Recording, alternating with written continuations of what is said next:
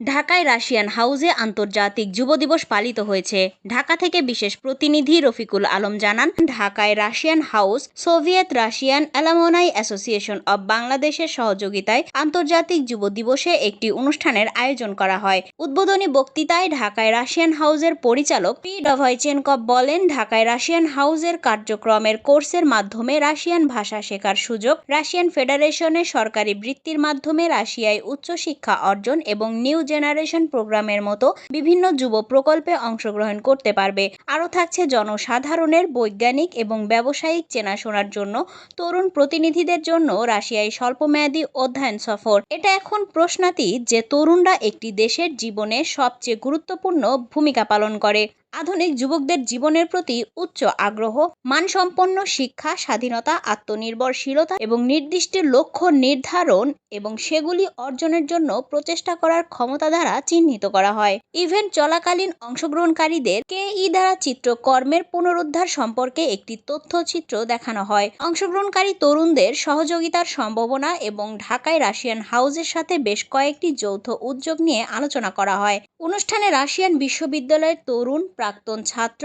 যুব সংগঠনের প্রতিনিধি, ঢাকা ইউনিভার্সিটি রিসার্চ সোসাইটি, পাশাপাশি ঢাকা বিশ্ববিদ্যালয় এবং দেশের অন্যান্য বিশ্ববিদ্যালয়ের শিক্ষার্থীরা উপস্থিত ছিলেন। অনুষ্ঠানটি অত্যন্ত উষ্ণ ও বন্ধুত্বপূর্ণ পরিবেশে অনুষ্ঠিত হয়।